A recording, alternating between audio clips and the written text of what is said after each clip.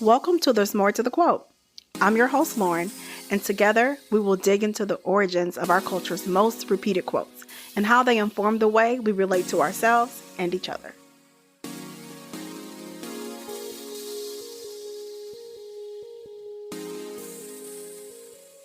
Welcome and thank you for joining me for episode 5 of There's More to the Quote.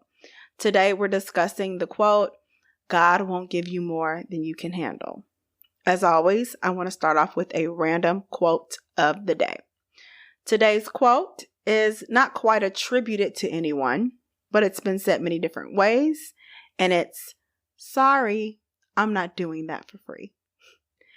And so that's for people out there, even especially women, who are doing work, you have a skill, you're really good at something, but people are always asking you, can you speak for free? Can you do this for free? Or even if you aren't pricing yourself correctly. I've heard a lot of people who use people's services or who help people get their businesses started. And one of the biggest things, especially with Black women, is that they always price themselves so low. So let's get into the podcast.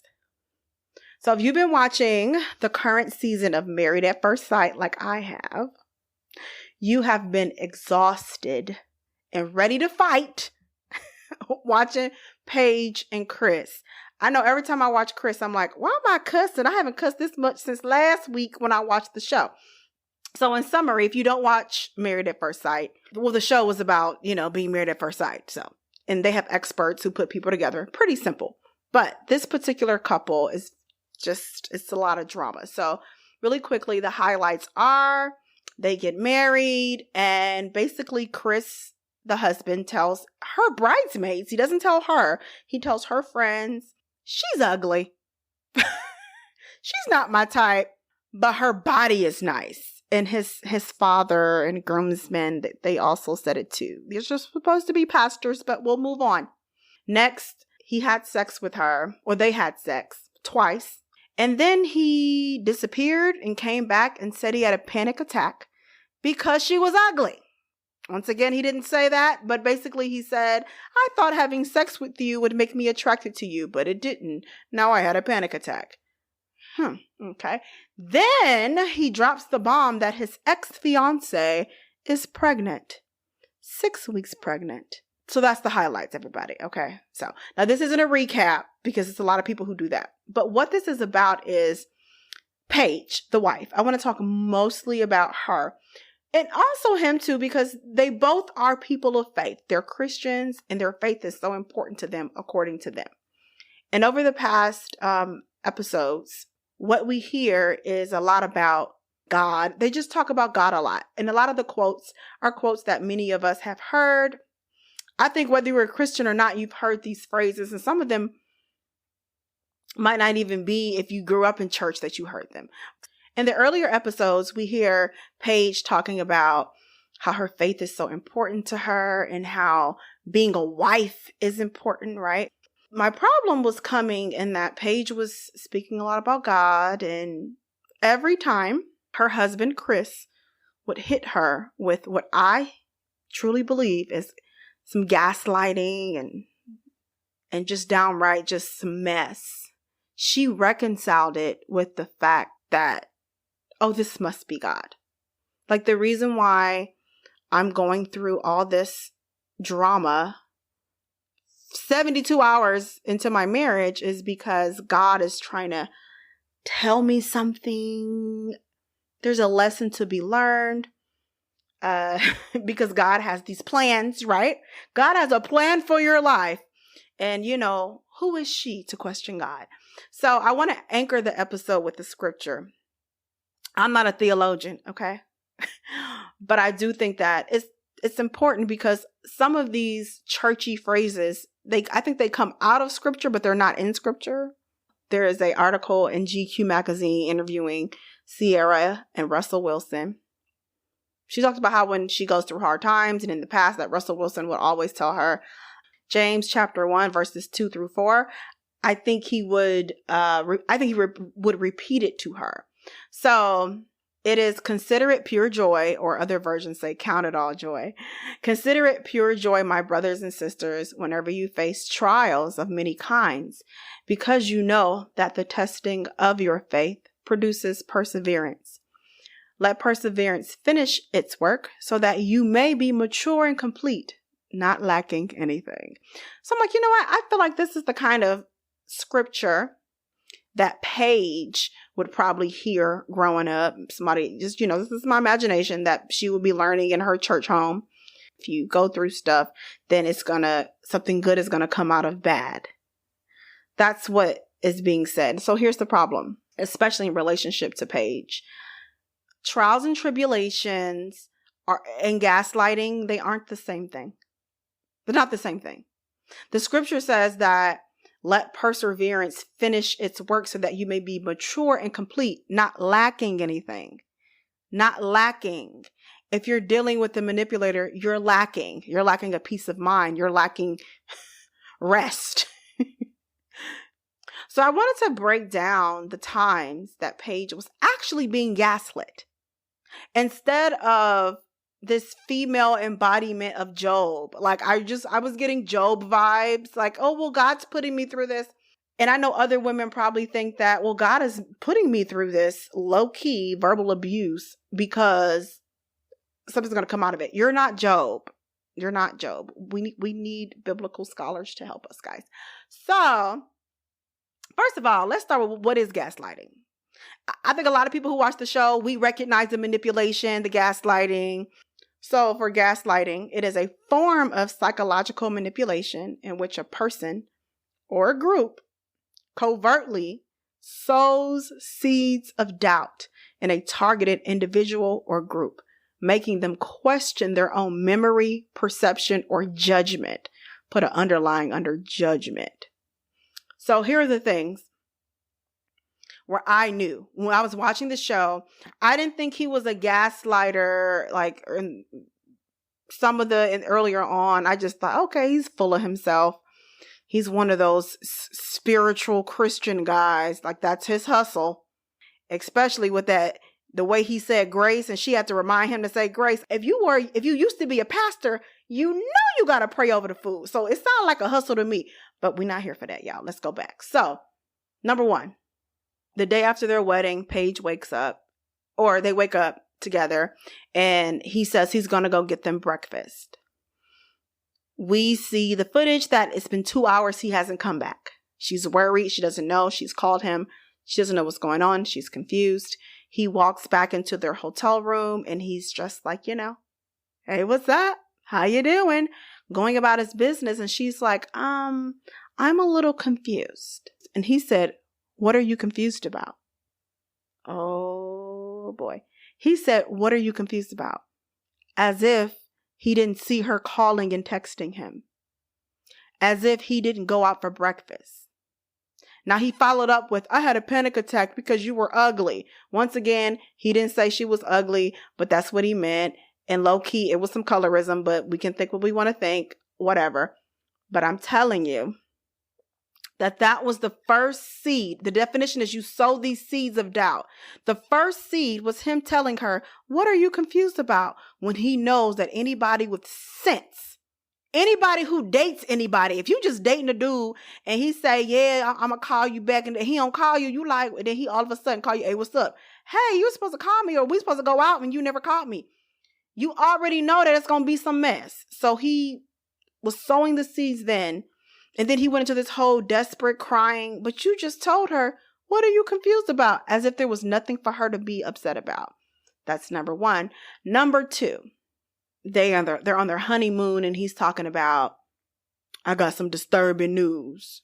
First of all, your child that you're going to have is disturbing. Anyway. And it's just so much. It's devastating. And you can see it in his face, guys. He's just so distraught. But then he tells her, it don't matter. It really don't matter. I don't really want to tell you. And she like, okay, but we're married. And I need to know what's going on with you. Yeah, I don't want to tell you. It don't really matter. Now here go the gaslighting, y'all. Now some of that was gaslighting. This the part that got me. Then he says to her, So you going to the pool? When you going to the pool? The pool? You just told me that your emotional mental health is at risk. I'm your wife. Even if I just met you at the club or something, and I'm like, oh, dude, kind of emotional. I would want to know what's wrong. And then he talking about going to the pool. He just said all this stuff. And then he said, oh, you're going to go to the pool, as if he didn't just tell her some stuff. Y'all, he planting the seeds. Then we all know that it took 2 hours, according to production, for her to finally, because she walked out like, I don't understand what's going on. Somebody help me. And they're like, well, we can't tell you. And so finally he tells her that, well, before he tells her, she's just like, I don't understand why you won't tell me. And so he's like, you want to talk about it? Yes, she want to talk about it. That's a gaslight, guys. You spent 2 hours telling this woman you've got disturbing news, that your mood and emotion, and that you were just in some distraught emotional situation. And she's trying to get you to tell her what it is. And then finally you say, you want to talk about it? As if she didn't want to. Y'all, that's gaslighting. She probably like, wait, did I not express to you? Did I do something wrong that didn't show you that I wanted? No, you ain't do nothing wrong, girl. He a gaslighter. So those 3 situations, what do they show? They show that Paige believed that it was God. After all of that, she believed it was God. She said she was encouraged by their faith, and then that's what will keep them together. Now, that's just something that she said to the people, but I low-key feel like she kind of low-key think that. It could be other things too, but I think she believes it. Then she said, well, God doesn't give you something you can't handle. She said, challenges create a beautiful story, as if everyone doesn't have challenges. Like, oh, this marriage is not that beautiful because they didn't have any challenges. Everyone has challenges. Then in her vows, guys, I went back to the vows. In her vows, she said, I pray that we continually seek the reasons why God has placed us in this unorthodox situation. With all my heart, I'm praying this is our happily ever after. She says, we need to pray to seek why God placed us in this situation. Paige, you applied for the show, sweetie. God didn't do that. You didn't just run up on this dude in the grocery store. And finally, one of the things that she said when the couples were talking, after everyone knew that he had a baby on the way, she said, I definitely didn't think this was in my plan, but I'm not the one writing my story. God is. So I think there is a bigger lesson here. All this kind of wraps into what everyone talks about. If you're online, on Twitter, you watching kind of YouTube videos who talk about the show, everyone says like, oh my gosh, she has so many insecurities. But I want to kind of give a different view, because I want to talk about insecurity versus intuition. Like, what is the difference between that? And I think it's important because everyone's just like, don't you see it? Don't you see? Like, red light, you're not paying attention. And, a lot of women, look, women ain't got no type of grace for Paige anymore. People are done with Paige. Fear, like if you're operating in fear, if you're really operating within your insecurities, because I feel like everyone has them and they don't just go away quickly. It's like you're not working hard enough. Like that's how you would feel. You're like, oh, I'm not doing enough. And that's the reason why the person is treating me this way. Maybe I wasn't nice enough. Maybe I wasn't caring enough. Maybe I shouldn't have said that. Fear involves the lowest of who you are. Fear is like your own worst enemy. Like imagine Chris, like if he was your worst enemy inside. So you like push through the thoughts, right? Because we know thoughts are not, well, not saying we all know, but thoughts are not necessarily facts. They're real, but they're not facts. So you could push through and say, oh, that's just me trying to give up. It's growing pains. Everybody has to push through the fear to get to the other side. Maybe I'm not working hard enough. But see, in my opinion, Paige's intuition was kicking in immediately. Like God was working through her. I believe we have free will. Okay. She is choosing to dismiss and ignore her intuition for whatever reason. But it was there and it was kicking in. And I say that because I could see it in some of the conversations the little conversations that she had with him. She's not talking fearful type of talk. She's talking intuition talk. Like she's working through the situation in her head, like trying to rationalize it as much as you can do it.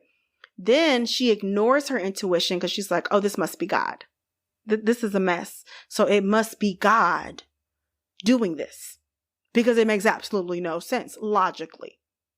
So even if she has some insecurities, which I know she does, we all do, she still knows something is off. You can have insecurities and have low self-esteem or whatever, and you can still know that something here is a little off. The issue is her indoctrination and the bad theology that she has surrounding love and marriage. It's overtaking what God gave her, the intuition. And we can make this for any woman. Bad theology or not. Some women get it in a church environment. Some women don't get it in a church environment. You have this idea of what love and marriage is supposed to be in relationships, how it's supposed to look a particular way. And so then you're cutting off, you're shutting down, not shutting down, but you're ignoring your intuition. And so the one time that you can actually co-create with God, like you can make the choices and God can really show you and help guide you. Like the one time when you can really lean into God would be when your intuition is kicking in. And now I feel like you can ignore your intuition, but you can't push through it. Like you can't fear. Like when you're dealing with insecurities, you can push through them and overcome them. You're not going to overcome your intuition. It's going to linger. It will be there. That's how you know. It's like the difference between you saying, am I missing something? Like, am I overreacting? Because I could have sworn, I just feel like this ain't right. Is it me? That's like intuition. Like you really feel like, I don't think something about this is a little off. And then maybe everybody else is saying something else, but you like, I don't know. To me, I would think of that as intuition if I could describe it. It's so difficult to think of a definition. But if I'm talking about insecurity and fear, then it's like, well, maybe he acted that way because I wasn't being understanding enough. I wasn't being caring enough. So let me dim my light. Maybe I should have been quiet. Maybe I shouldn't have said that. Now he's upset. What did I do wrong? Instead of, am I missing something? Why is he mad? You know? And Paige was giving me like, why are you upset, bruh? You the one that told me I was ugly. Like the intuition is saying, this is silly. This don't make sense. And it reminds me of Brene Brown, her book, Gifts of Imperfection. And she talks about shame versus guilt. And I think I'm saying it right. Guilt is, I did something bad. Shame is, I am a bad person. And so to me, that's what like intuition and insecurity, like intuition, if you're thinking in your mind and intuition is kicking in, you're not having necessarily negative self-talk towards yourself. When it's an insecurity or a fear, then you are. Now, the next thing we will hear, we heard it on the show. And some people might believe it. They're like, well, at least Chris is honest. This is what his daddy was saying. Well, at least my son honest. But is it honesty or is it deceit? Are you being deceitful? Yeah, you're telling me things, but you're being deceitful though. Are you being honorable in your principles and your intentions and in your actions? That's what honesty is. Are you doing that? Are you being consistent with the teachings of Christ? Because these are Christians. You keep talking about, I want a submissive wife and all this other mess. Are you being consistent with the teachings of Christ? So if we're Christians and we're called to love our neighbor as ourselves, the way that Chris spoke to her, he's speaking to her, it lacks compassion. It lacks care. It lacks kindness. It lacks anything loving. He says things that would seem to be loving, but see, the gaslighting negates it. The manipulation negates it. It's just talk. That's why it sounds loving, but it's not coming out of a compassionate, caring, kind place. And because his tears, he's been crying tears about the way people think about him or about how he feels about himself. It would appear that he wants us to believe that he wants people to have compassion for him and care for him, but he doesn't want to offer it to his wife. So what I'm getting from it is, he'll be honest with you, but he's honest with you. And then you become numb and you become exhausted. You question your worth. That's what his honesty does. It has no tact. He like sucks the life out of you. It's like you on the ground, you're spent. You're like, I just don't know what to do. Then he's like, hey, what you doing down there, girl? Like, then he comes with this like switch on, switch off thing. It's some manipulation. So the final way I think Paige was gaslit was they had the dinner, and after he told her that he had a baby on the way, and he's like, have you ever thought about being a stepmom? Boy, Jesus help me. Then she asked him, do you think you'll get back with her? Do you still have feelings for your ex? And then he was like, you a wife and the wife come first. You know, the Bible say that the wife come first. And I'm like, I already knew. She didn't ask you all that. She asked you, do you still have some type of feelings about your ex-fiance, who you just got your tattoo? Her name was on your body and you just got her name covered up like 3 days before the wedding. Jesus, fix it. This show makes it so obvious to me that Paige is one of the women. I've been one of those women. I am one of those women. What am I talking about? She's one of those, the women, many of us, who you see a beautiful picture of a couple and you see an amazing caption on social media and you're like, couples goals. So Paige is like, God is going to write a beautiful story for us through all this dysfunction. But the problem is that she's underestimating the ability of women to put up with toxicity and dysfunction. At this point, there's no counseling going on. There's no accountability. So you're just going to push forward without any true apology. And you're thinking that, in a few years, you're going to come out of it. Marriage is hard work. But isn't hard work like usually followed up by something? Right? Like, I worked hard and now I have this success. Now I have something to show for it. Is it supposed to be exhausting? Like, if you're supposed to like work through stuff and you're exhausted, and then after you're done, you're still exhausted. It's like, what if you waited to see like, okay, God's going to bring me out of this, and all you're doing is just accepting things? And then you end up in a toxic marriage where you never got any intimacy or your emotional needs met. And so when I was seeing Paige just always like, well, this is just God writing the story, and it's for a reason this is happening. It made me think of those interviews that I roll my eyes. Every once in a while, there would be some interview with a couple who's been together for like years and years. Sometimes people ask, so what is your advice for young couples or the young people getting married in this generation? What is your advice for a successful marriage? And usually they ramble off the same thing. Communication, keep God first. Don't go to bed angry. No one ever offers examples. I'm not saying that 50 years in a relationship is easy. Like, if you 50 years with somebody, that's a feat. So if after 50 years, all you have to offer are some cliche phrases, I start wondering like, okay, there's an understanding that one of us is toxic or we have a toxic relationship, but we're not going to go anywhere. We're not going to go to bed angry, because what's the point?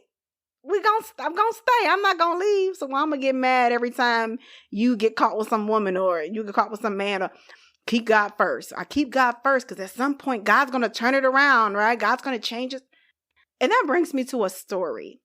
It's not the same exact story as Chris and Paige, but I feel like Paige could see herself in theirs if we could look into a crystal ball. So last year, or maybe it's like 2 years now, the Humans of New York blog, it's like they interview like everyday people from New York. That's like the whole point of it. And they just tell these interesting stories about these random people. So they had released a story about this guy called Bobby Love, and he's a Black man living in Brooklyn. And in 2015, he was arrested for running away from prison. In 1977, he was serving 30 years for robbery. So he just decided one day while they was working on the side of the road, I ain't staying here. And he just got up and ran. Most people responding to the story, just like it was a long, different parts of the story, but just the general gist of the story. People were like, wow, we have sympathy, we support him. We don't think he should go back to jail. Yeah, he ran away, all those years ago, but he's lived a very productive life since, or he was a good citizen. He's a husband. He's a father of 4. He was a deacon in his church. Like, the community loved him. It was like, this man is not a violent criminal that you all are telling us he is. So he did end up going back to prison, but he was not for long. He was released. Some people were posting just different things about his wife, Cheryl. He was saying how he thought that she would leave him after he got arrested. And she was like, no, it's for better or for worse. And this is the worst we've ever been through. I'm not going to leave you. Okay. So up to this point, they have been married over 30 years. And she had no idea, right? And I believe her. Like, she didn't have any idea that her husband was a runaway criminal. Like, I don't believe she knew. What caught my attention was he talked about what he liked about her. This when he was meeting her. And one thing he said was that she was soft, almost naive. And he liked that. And I was like, that's interesting to say. And so in the comments, people who were posting about just kind of like the fact that his wife didn't know, I saw a few women stating things like, see, his wife can't trust no man. Man gonna be married to you almost 40 years and you ain't even know he a convicted criminal. He got a whole different name, a whole different social.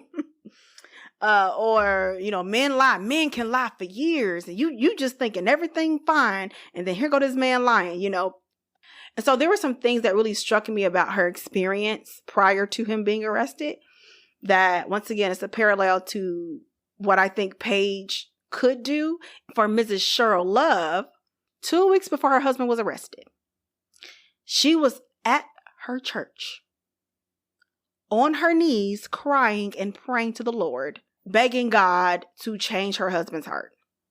And she's like, I can't do this anymore. I'm at the end of my rope. Like, she couldn't take it. What is it that she couldn't take? Why she crying at church and she been married almost 40 years? She didn't use these terms, but her marriage lacked intimacy.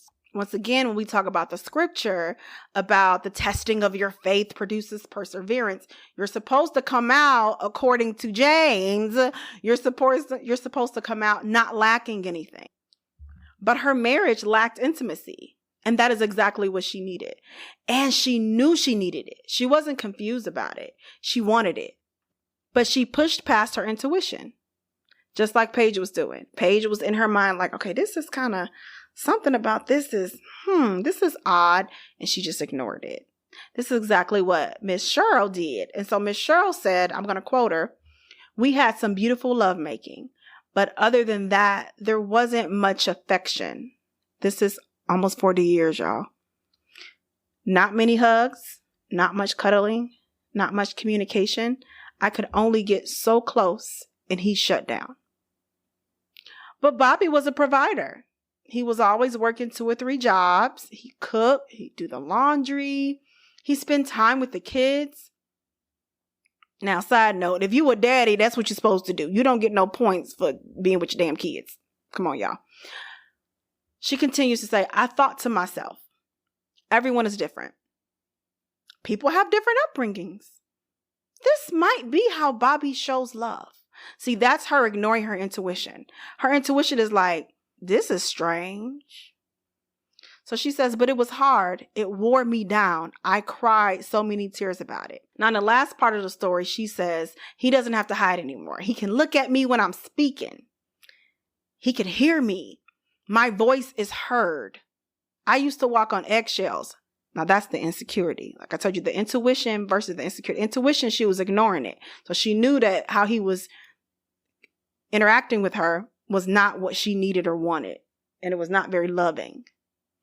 And so instead of choosing herself, she reduced herself. That's the insecurity. That's the fear. That's not love. She said, I used to just go along, but I told him one thing. I said, Bobby, I'll take you back, but I'm not taking no back seat to you no more. And you better say that, Mrs. Cheryl. Don't take no back seat to no man, girl. We don't do that. Now, it's clear that she chose to stay. And she knew what she wanted and she needed that would contribute to her own happiness. Honestly, neither one of them was really happy when you think about it.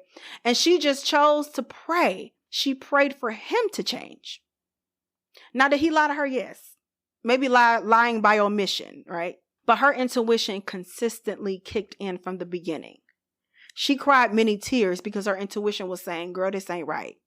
We ain't saying Mr. Bobby was an evil human being. We're not saying that. This is about her and what she needs to do. This is like Brianna, who's also another wife on the show, when she was talking to Paige and she said, well, you need to think about yourself. Think about what works best for you. I'm not telling you to leave or stay. I'm saying think about you. And so just like Mrs. Cheryl, Paige could get to a point, or even in these 3 days that she's been married, kind of like a smoke alarm. You know, y'all don't change y'all smoke alarm batteries and it just be beep, beep, keep reminding you until you change something. And Mrs. Cheryl, she put in 35 years when he got caught, I think. She chose the marriage over herself every single time until it was like the truth was revealed. And so they seem happy and they're moving forward. I assume, I hope so. But I believe that the only reason she is happy with her life when she was being interviewed was because she finally enforced her boundaries. She figured out that she could have some boundaries. So now they can have a loving marriage. And so that reminds me of another part in Brene Brown's The Gifts of Imperfection. And she talks about love, what love is. She talks about love and belonging, but I want to kind of read what she said about love. Love is not something we give or get. It is something that we nurture and grow. A connection that can only be cultivated between two people when it exists within each one of them. We can only love others as much as we love ourselves. Shame, blame, disrespect, betrayal, and the withholding of affection damage the roots from which love grows. Love can only survive these injuries if they are acknowledged, healed, and rare. Now, the part where she says, we can only love others as much as we love ourselves, that's a kind of a cliche to me. People say that. You can't love nobody else till you love yourself. We know that's a lie. A whole lot of people are married who didn't love themselves. So you can get you a man and you can get married. However, we love Brene Brown because Brene Brown lets us know what is self-love. So, she's giving us the tips and the tools. So self-love is, or practicing self-love, I should say. It means learning how to trust ourselves, to treat ourselves with respect, and to be kind and affectionate toward ourselves. So although Haley, who was another wife on the show, Haley said when the couples were kind of getting the information about, the baby, she said, if you can make it through this, you can make it through anything. Another quote saying that we love to use. And it does ring true. But also, we always make it through tough things. If you are alive today, unless you're on your deathbed and you've made peace with your death, everybody alive today has been through tough things, different levels of it, and we've all made it through. If you can make it through this, some things aren't worth making it through. Everything doesn't have to be a challenge. And is the statement really a good one, or the quote really a good one, if you get through something, whatever that means, and you come out of it resigned, ambivalent, and broken? You're not resilient, wiser. You've restored your self-love. You've restored self-compassion. Like, what's the point of we made it through? The situation is in the rearview mirror, but you're still broken. This is a TV show. There's editing. I understand it. But it's a greater point for women because there are women who are in relationships with manipulators and gaslighters. And there are women who've been through it. So her construct is limiting because it's all about being a good wife, or we have to stick it out. It's not about, this is harming me. Now, you can't control what other people do to you, right? So she can't control Chris, what he says. But if he keeps talking crazy to her, she can just go because she doesn't want to be like Miss Cheryl. Mrs. Cheryl Love, she was surviving in her marriage. She wasn't thriving. And a part of that is accountability. Once again, we've seen the editing. So we've only seen a little bit of Chris's family, but based on what his mother has said and the way his daddy be acting, he's been enabled all his life. And he knows how to turn on the waterworks and all that little stuff. This is based on what we've seen. So this is the kind of man, and this is any man, even a man who wasn't a gaslighter, a manipulator, you have to have boundaries. If you don't have any boundaries, how are you going to hold him accountable? If he's just going to consistently say that he is a man of God, but the way his behavior doesn't match his words, you got to have some boundaries to keep that in check. That women will put up with the mess, and we don't have boundaries. And this is for women who are married and women who aren't. And with that said, the one thing that I can see that people may disagree on a lot of stuff is some men who, they just like Chris, so they down for Chris. But it's one thing that I would say that the women and the men who watch Married at First Sight on social media, there's one thing that I think a lot of y'all are in consensus about. And that is that ain't no grace for Paige, okay? Nobody has grace for Paige. Everyone's like, sis, get to stepping. Get up out of there. If you stay now, then you must like it. Now, this is true for anything. This is true for women who are in physically abusive relationships, emotionally, mental abusive relationships. When they stay, people just feel like, what's the point? Like, you're exhausting. Whatever. You're toxic. If you want to stay with him and get your face bashed in, then stay with him. If you want to stay with him and get constantly cheated on, just stay with him. There's no grace because it's like, don't you see? Don't you see? But no, because if she's been taught to reduce herself, how is she just going to come out of it? And a lot of us have been manipulated and dealt with stuff. And it don't matter if you got a PhD or a GED, you can be subjected to manipulation. And if you haven't done the work, if you haven't been told by other women what you're supposed to stand for, you will fall for it for a long time. And when I mean fall for it is you won't know how to identify your intuition. The insecurity and the intuition will be blurred together. If I step away, am I a failure? Like, oh, that's insecurity.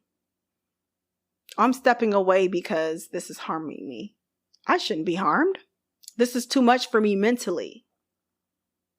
But some people, it's easier said than done. There are certain situations where I'm looking like, if that was me, I would do this. If we look at everybody's life, there are some women out here, even if the woman got married at 18 years old, in her marriage, at some point when she truly became a woman. Now, whether she said it out loud or not, there were some times when she finally found her voice. It was like, I was just doing this because I was told this is what I was supposed to do. Not because I actually find fulfillment in it. Not because it brings me any joy. And it's hard to get out of an indoctrination. People still be out here blaming people for being raped and molested. So nobody has sympathy for victims. So I have grace for Paige. Now, that don't mean that I ain't going to be yelling at the TV every week. Like, girl, are you kidding me, girl? Really? I'm still going to be yelling at the TV like everybody else. But I hope that Paige gets help. Because even if she stayed on the show for money, it's like, girl, you in a bad way because you supposed to be an accountant and you got a real estate license, girl. You don't need all this mess. You're beautiful. Men will want you. So I want her to get a tribe or get some people like Brene who are like, girl, look out for yourself. For us on the outside looking in to say it when it's a whole lot of women that we know, married or not, who deal with toxic men and no one's teaching women how to choose themselves. I'm trying to choose grace for Paige, but I hope that when decision day comes, they are not married. Please don't be married. Well, now is the time in our episode for the resources. So I have a few things that I'm going to give you for reading resources. The first one is Brene Brown, Gifts of Imperfection. You can get that on the book and the audio version. I mentioned her a few times, but I think that book is really important to help you think about choosing yourself and being vulnerable and self-love and belonging and all the other good things that she talks about. I find myself always returning to the book and highlighting it. So that's something that I think you should read if you haven't. Next is, I'm going to leave a link to the Humans of New York profile on Bobby Love and Cheryl Love so that you can read the entire story and some articles people wrote about them that have maybe some more information. For the visual resources, I'm leaving a link to the movie Gaslight. This is how the term gaslighting came to be, from this movie. And it sounds like what you think it is. The gaslight is getting brighter. The gaslight's getting dimmer. She's like, who's doing that? And then the husband's like, I don't know. Nothing happened. She's seeing things, she's hearing things, and he's telling her that she's not seeing and hearing those things. So this is the 1940 version. It's the complete one on YouTube.